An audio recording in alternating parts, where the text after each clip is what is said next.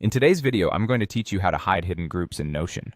Whether you're an organizational enthusiast or someone who just likes keeping things tidy, mastering the art of keeping your Notion workspace clutter-free is a valuable skill.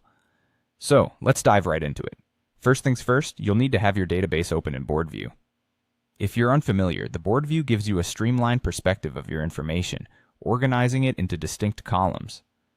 This format can help you visualize your data more effectively, but occasionally you might find some groups or columns that are best kept out of sight to simplify your view. Once you're in Board View, take a moment to identify the specific column that you would like to hide. It's important to note that this feature is all about giving you control over what you see, so your workspace is as effective for you as possible. Now casually hover your cursor over the column you wish to tuck away. You'll notice that hovering reveals more interactive options. Next, as you're hovering over the column name, look for a small icon that looks like 3 vertically aligned dots, often referred to as the ellipsis or the More menu. This is Notion's way of telling you that there are additional settings you can access for that column. Clicking on this menu will present you with various options directly relevant to the column in question. From the drop-down menu that appears, you will see an option labeled Hide Group.